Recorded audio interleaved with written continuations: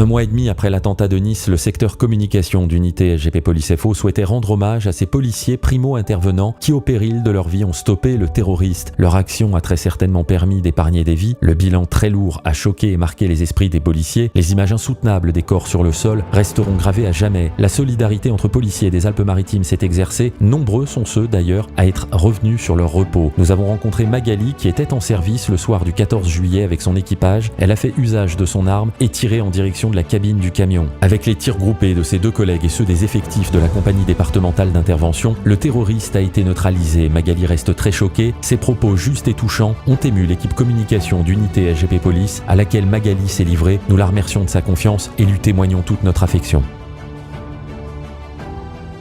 Magali, bonjour, merci de nous recevoir et de nous accorder la primeur de ton ressenti, la primeur de ton vécu. Tu faisais partie de cet équipage qui, le 14 juillet au soir, a permis de neutraliser cet individu. Tu as fait usage de ton arme. La première question qu'on a envie de te poser aujourd'hui, c'est comment vas-tu ? Aujourd'hui, j'essaye que ça aille et c'est pas évident. Tu nous confirmes qu'aujourd'hui, tu es encore arrêtée ? Oui, donc là, je suis arrêtée actuellement. Et clairement, c'est difficile. Est-ce que ce soir-là, toi et les collègues, vous savez, lorsque la station directrice vous commande sur les ondes, est-ce que vous savez les uns les autres sur quoi vous partez ? Quel est le sens de votre mission ? À ce moment bien précis, quand on fait état d'un camion fou qui traverse la promenade des Anglais, est-ce que vous savez exactement sur quoi vous allez ? Alors nous, on était postés à un angle de rue, en fait, pour sécuriser le feu d'artifice, la sortie du feu d'artifice et il y avait des concerts aussi pour la prom party. Donc nous, on attendait que la foule s'évacue, en fait. Et en fait, il y a eu un mouvement de foule. On a vu les gens courir sur la promenade. Donc on s'est demandé ce qui se passait, quoi. C'était un court instant. Donc on est parti en courant à l'inverse du mouvement de foule. Nous, on n'avait pas d'informations.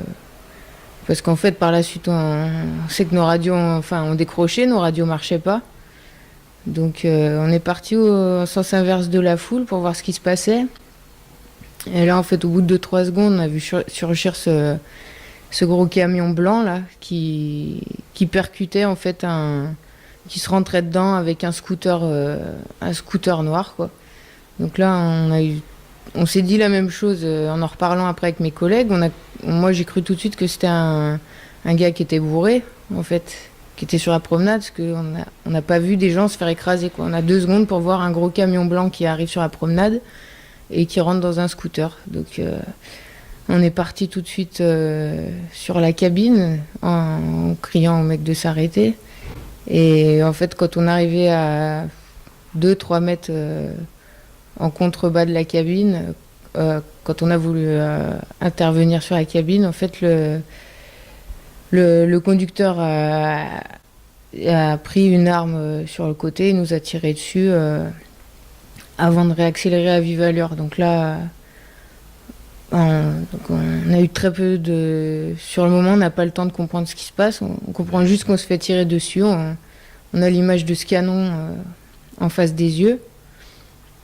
Et donc le camion est reparti dans le même temps, en fait. Et là, on est parti en courant derrière avec mes collègues. Et là, on a commencé à voir des gens qui sortaient sous les roues de l'arrière du camion, qui étaient éjectés sur le côté du camion. Enfin, donc comme une éclaboussure, en fait, mais sauf que c'était des corps. Et on courait et ça continuait. On sent que c'est difficile pour toi de parler, Magali. On te remercie d'être là, on te laisse prendre une respiration. Au moment où tu fais usage de ton arme, est-ce que vous avez eu le sentiment, malgré tout, à cet instant bien précis, finalement d'arrêter la course d'un camion qui aurait pu faire encore plus de morts ? Ou est-ce que finalement, ce sentiment de très très mince satisfaction s'efface au détriment de cette vision d'horreur qu'on peut avoir et que tu nous décris très très bien avec beaucoup d'émotion ? Déjà, préciser qu'on a pu intervenir parce que le camion s'est arrêté 150 mètres après, en fait, le moment où on commence à courir. Parce qu'il y avait un civil qui avait réussi à monter à la cabine et qui tapait le conducteur. Et donc après, nous, on arrive et on tire avec nos autres collègues de la CDI. Pour ma part, une fois que j'ai vu sa tête sur le côté, il était côté passager, la tête en sang, là je me suis dit c'est fini, mais c'est pas fini en fait. Donc là vraiment sur ce moment-là, on n'a aucune satisfaction, on est en tension, on se dit que tout va exploser, on se dit qu'est-ce qui va arriver en fait, on peut pas, on est sur ses gardes, quoi, on peut pas se relâcher. On est tellement depuis 2 ans dans ce contexte d'attentat en plusieurs vagues que c'est jamais fini, on reste sur le qui-vive, on croit pas que c'est la fin en fait, on peut pas réaliser que ça s'arrête là. Donc en fait concrètement il n'y a pas de sentiment comme ça qui naît, comme je l'expliquais précédemment. C'est-à-dire qu'on ne peut pas avoir de sentiment, aussi infime soit-il, de petite satisfaction et de se dire qu'on a arrêté un tueur fou en voyant ce qui s'est passé finalement en amont. C'est ça que tu veux nous dire clairement, quoi. On continue le job et on reste sur ses gardes parce qu'on ne sait pas ce qui peut se passer après. Sur l'instant, on ne peut absolument pas se dire ça. Après, quand on retourne voir tout ce chaos, tout ce carnage, on peut se le dire encore moins. C'est sûr. Après, peut-être avec le temps, on arrive à se le dire. Est-ce que tu penses, Magali, c'est une question qu'on se pose tous, quand on a vécu une telle situation, est-ce qu'on peut appréhender le métier de la même manière, ou est-ce que finalement, tu penses que tu aborderas chaque mission un peu différemment en te disant que finalement la mort peut être au tournant de n'importe quelle mission? Moi, ce qui est sûr, c'est que d'une manière plus générale, je me pose la question du sens de mon métier aujourd'hui, quoi. Parce que je me dis, est-ce qu'aller faire du trafic de stupéfiants, est-ce qu'aller faire des choses anodines, quoi, au lieu d'ouvrir les yeux sur l'état actuel des choses et le terrorisme, tout ce qui se passe et tout ce qu'il y aurait à faire, peut-être. Je me demande si c'est intéressant de continuer à faire des barrettes de shit, mettre des PV, continuer, voilà, quoi, et pas utiliser notre force autrement, quoi. C'est une vraie question personnelle que je te pose, mais on a envie de savoir, est-ce que tu penses que le travail que tu as fait a été reconnu? La reconnaissance est-elle là aujourd'hui? Je peux dire que la reconnaissance, je l'ai eue par mes proches, mes collègues proches ou pas proches.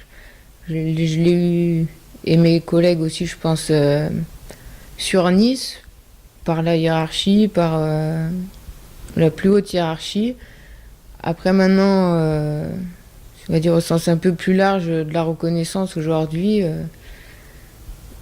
on n'a pas vraiment l'impression d'en avoir, quoi. On a l'impression que c'est passé et puis la vie continue, quoi. Ton rôle a été primordial, prépondérant dans la neutralisation de cet homme, et on se dit qu'1 mois et demi après, ton travail, votre travail, le travail de l'équipage, aujourd'hui n'a pas été finalement reconnu. Et c'est dans ce sens que tu as transmis donc ton dossier à Célia Boumedienne, la secrétaire départementale unité SGP Police FO 06, qui aujourd'hui gère cette situation et gère les différents dossiers avec le directeur départemental de la sécurité publique des Alpes-Maritimes. Un dossier qui est également entre les mains du bureau régional unité SGP Police ainsi que du bureau national. Demain, Magali, ton avenir très directement, c'est quoi? Tu nous confirmes, tu aimes ton métier, c'est dans la police nationale toujours. J'aurais dit avec certitude ça avant le 14 juillet. Oui, enfin moi la police c'est ma passion, quoi. Mais là j'ai plus aucune certitude. Je me vois flic, je me vois continuer, mais je me vois peut-être aussi partir. Je sais pas. En tous les cas, Magali, On te remercie infiniment de nous avoir accordé ta confiance, d'avoir accordé ta confiance au secteur communication d'unité SGP Police FO. On te souhaite plein de courage. Les policiers sont avec toi et je vais te dire quelque chose. Je ne crois pas dire de sottise en disant ça. Les Français sont derrière toi, sont derrière vous, parce que vous avez montré une sacrée belle image de la police nationale. Merci à toi Magali, à très bientôt. Merci.